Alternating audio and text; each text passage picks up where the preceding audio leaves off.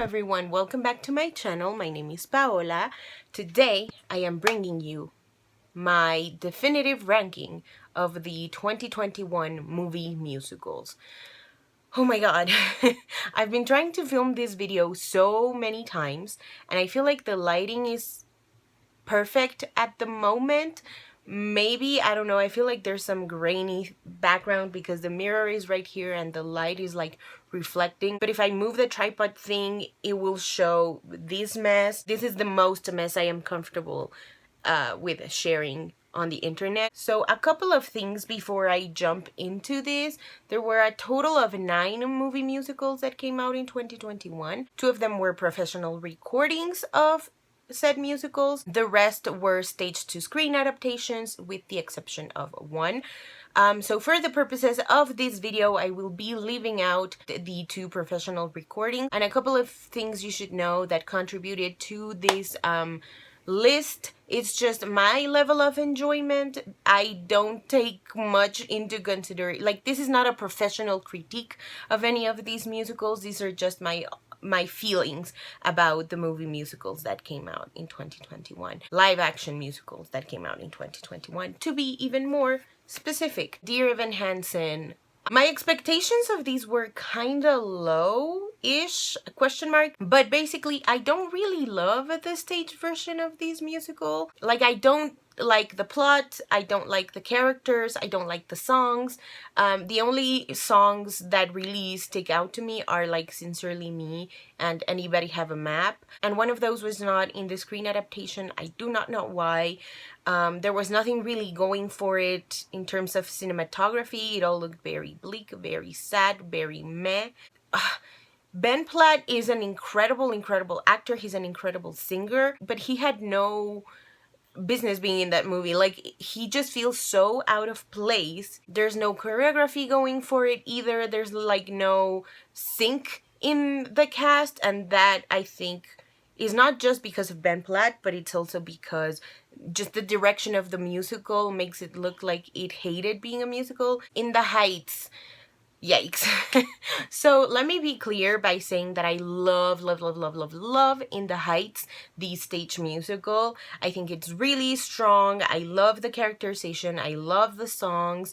I love the plot. I love everything about it. When it was announced that Anthony Ramos would be reprising his role as Usnavi, because he played Usnavi in the production of at the Kennedy Center, I think, I was delighted. I love Anthony Ramos. I think he's incredibly talented, very overwhelmingly talented, and the cast looked also amazing. However, the changes that they made in the story just did not make sense to me. I don't understand why they tried so hard to make it like Oscar grabby. I know a lot of movies look for that award, and that is fine, I guess. If that is the goal that you have as a filmmaker, that's great.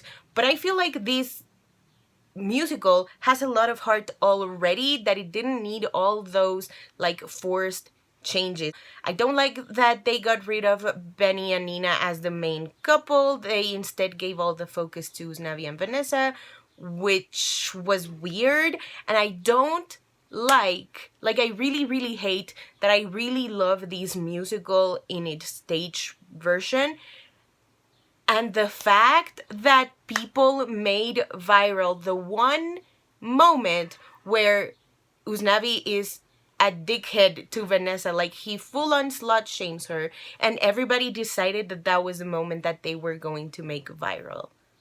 Why? Why? I need answers. Tick Tick Boom. I didn't really have a lot of expectations for this one. I didn't know much about it, if anything at all, other than Jonathan Larson wrote it. It was based kind of ish on Jonathan Larson's life, and that was it. That's the extent of my knowledge of Tick Tick Boom. However, I was very excited because the cast looked amazing. Vanessa Hudgens is in it, Joshua Henry is in it, Alexandra Shipp is in it, Robin De Jesus is in it. Oh my god, I love that guy. And obviously Andrew Garfield is always a delight to see him.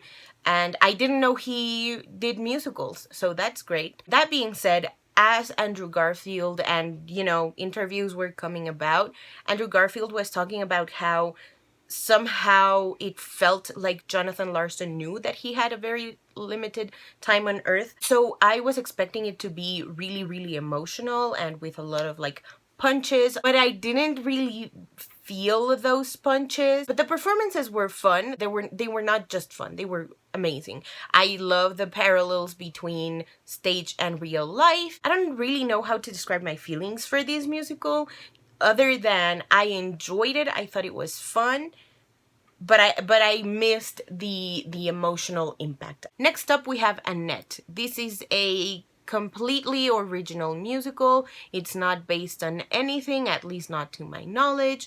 Adam Driver is in it. Marion Cotillard is also in it. The guy who plays Howard in The Big Bang Theory is in it. It's very weird. It's a very weird musical, but it's enjoyable. I had a lot of fun with it. I think it's one of those musicals where you just have to sit back and enjoy all the weirdness of it. The songs are fun, the performances are great. There's a particular sex scene to the tune of a song.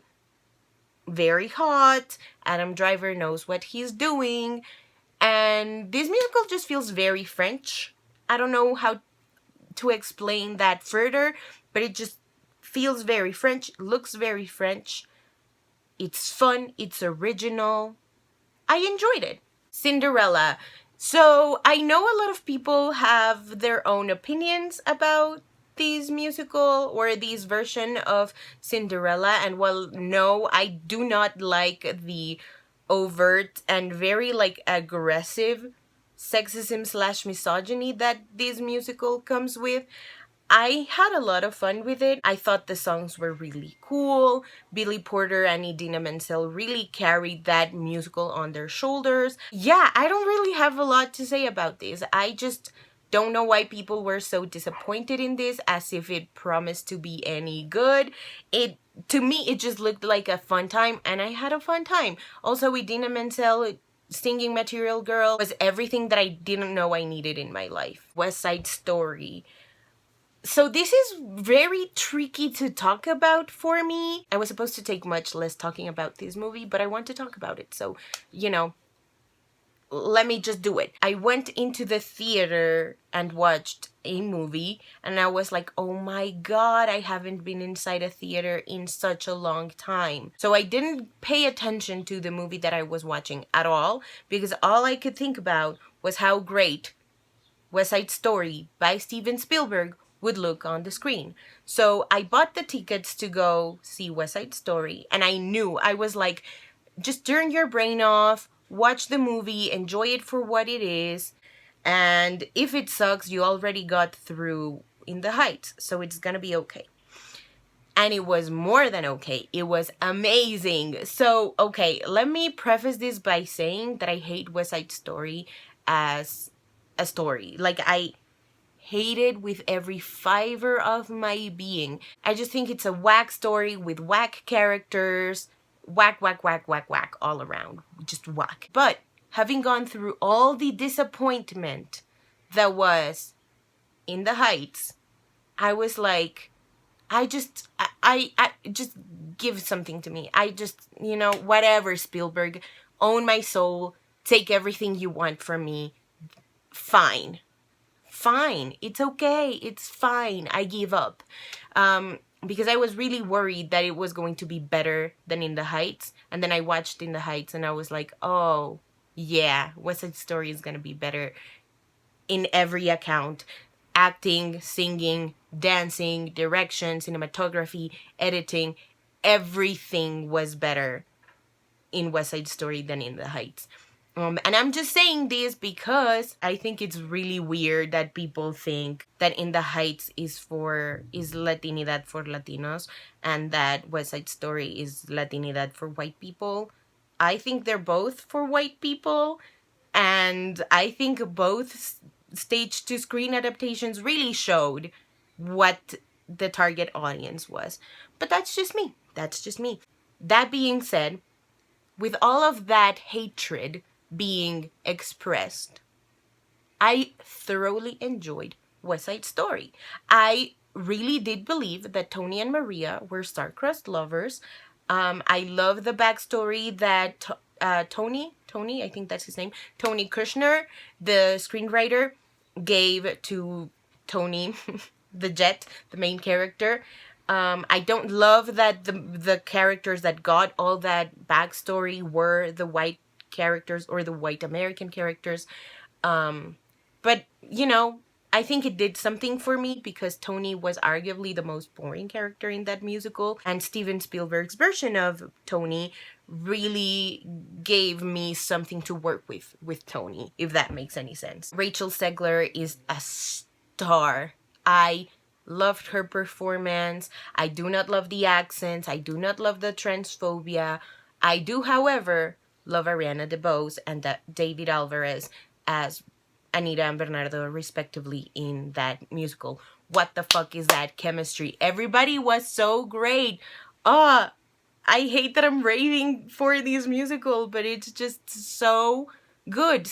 And you can tell, like, the difference between West Side Story and Dear Evan Hansen is that Dear Evan Hansen looked like everybody hated that musical, including the director.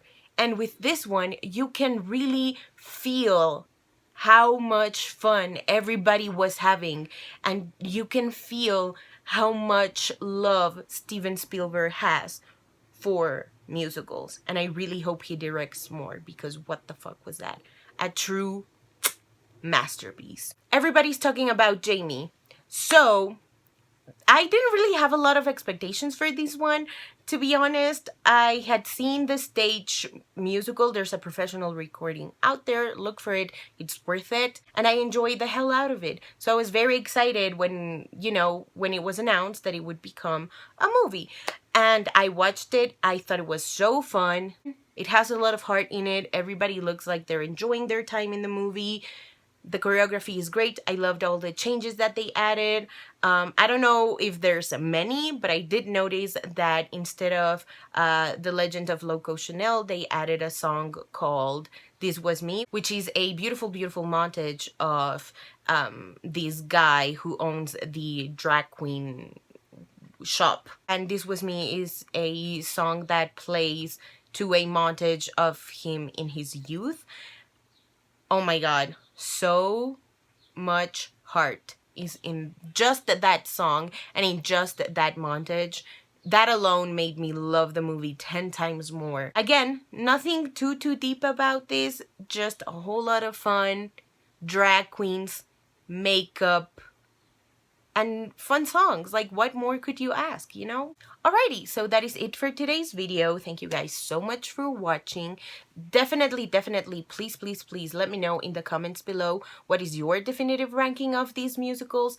I'm very interested in your thoughts, because I know some of these choices are unpopular choices. But again, it's my video. I do whatever I want, and you can do whatever you want in the comments as well. So please do let me know if you agree, if you disagree, what is your ranking, all of that stuff in the comments below. If you haven't already and you'd like to, go ahead and hit subscribe, and I'll see you in my next video. Bye!